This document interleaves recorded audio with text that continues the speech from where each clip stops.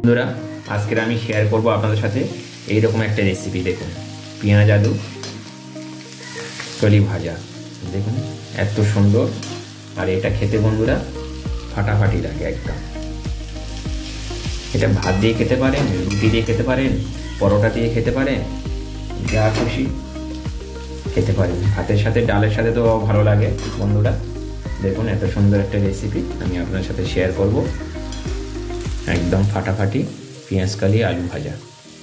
তা চলুন আমি কীভাবে বানাচ্ছি আপনারা দেখুন। আর নতুন বন্ধু হলে চ্যানেলটা সাবস্ক্রাইব করুন প্লিজ।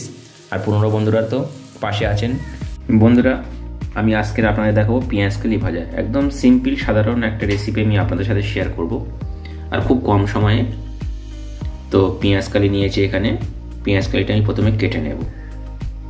নিয়েছি দুটো আলু নিয়েছি এখানে। দেখুন দুটো আলু নিয়েছি, আলুটাও ছাড়িয়ে কেটে নেব। এখন আলু দুটো ছাড়িয়ে নিলাম বন্ধুরা, নিয়ে পিস পিস করে নেব।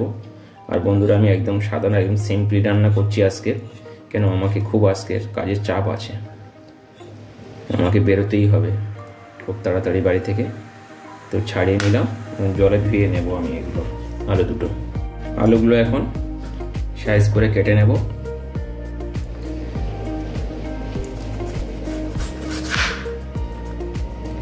বেশি পাতলা করব না, কেন পেঁয়াজ কালি ভাজতে দেরি হবে, তাই মোটা মোটা রাখবো আমি। বন্ধুরা,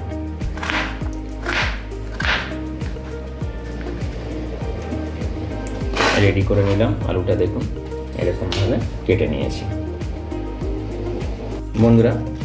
এখন কেটে নেবো এটা। তো আমি এই সাইডটা বাদ দেবো, এই সাইডটা একটু শক্ত হয়, গোড়ার দিকটা শক্ত হয়, তাই আমি শক্ত সাইড কেটে বাদ দিয়ে দেবো এইগুলো। দেখুন এইগুলো আমি কেটে বাদ দিয়ে দেবো, এগুলো নেব না, একটু শক্ত হয় তো, তা বাদ দিয়ে দিলাম। এখন আমি একদম সাইজ করে ছোট ছোট করে কেটে নেব। এরকম ছোট ছোট করে একই সাইজ করে এইভাবে কেটে নেব। কেটে নিয়েছি বন্ধুরা, কেটে ধুয়ে পরিষ্কার করে নিয়েছি একদম। দেখুন বন্ধুরা, কড়া গরম হয়ে গেছে, আর আমি ভাজার জন্য তেল দেব পরিমাণ মতন। বেশি তেল দেব না, অল্প তেলেই ভাজবো।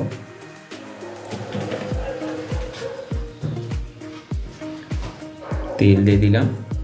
তেলটা গরম হলে আমি এখানে দিয়ে দেব কালো জিরে দিয়ে পেঁয়াজ কালি ভাজবো আজকের বন্ধুরা।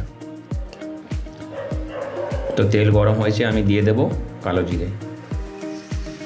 কালো জিরে দিয়ে দিলাম। প্রথমে আমি কালো জিরে দেওয়ার পরে প্রথমে আলুটা দিয়ে দেব।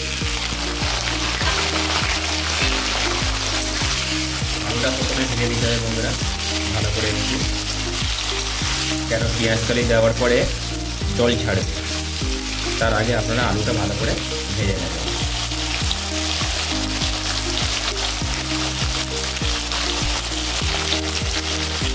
আর দিয়ে দেবো আলু ভাজার সাথে সাথে আমি কয়েকটা কাঁচা লঙ্কা দিয়ে দেবো উপরে, দিয়ে লঙ্কাটাও ভাজা ভাজা হয়ে যাবে।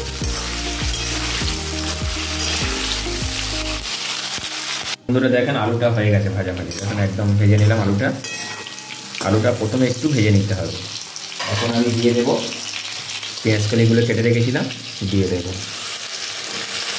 দিয়ে ভেজে নেবো ভালো করে।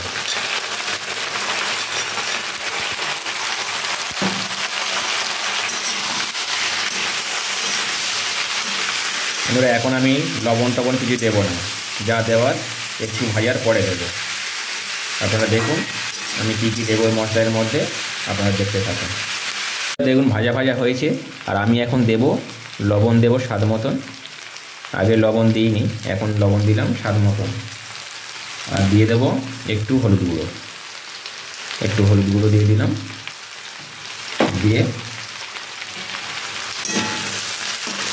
এবার একটু নাড়াচাড়া করে দেবো। এখন একটু জল বেড়াবে, যেহেতু আমি লবণ দিলাম। আগে আমি লবণ দিইনি, আগে লবণ দিয়ে ভাজবেন না, তাহলে ভাজাটা ভালো হবে না, ঘেঁটে ঘেঁটে যাবে।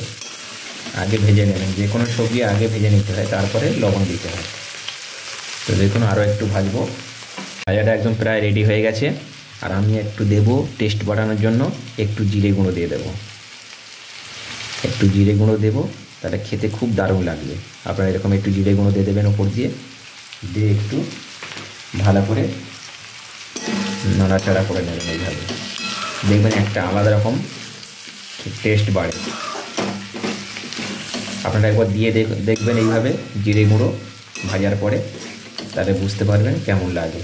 আর রান্নাটা একদম রেডি হয়ে গেছে বন্ধুরা। আমি এখন দিয়ে দেব ধনে পাতা। ধনে পাতা এইভাবে ওপর দিয়ে ছড়িয়ে একটু নাড়াচাড়া করে নামিয়ে নিলে একদম রেডি। একদম রেডি হয়ে গেল পেঁয়াজ আলু চলি ভাজা ফাটাফাটি। দেখুন বন্ধুরা, একদম কম সময় 5 মিনিটের রেসিপি। আর রুটি দিয়ে বন্ধুরা খেতে থাকুন। হয়ে গেছে, আমি নামিয়ে নেব বন্ধুরা। সবাই ভালো থাকবেন, সুস্থ থাকবেন। আবার নতুন রেসিপি নিয়ে আমি আপনার সাথে শেয়ার করব। আর যে যেখান দিয়ে আমার ভিডিও দেখছেন সবাই ভালো থাকবেন, সুস্থ থাকবেন। বাই বাই, টাটা, আবার দেখা হবে।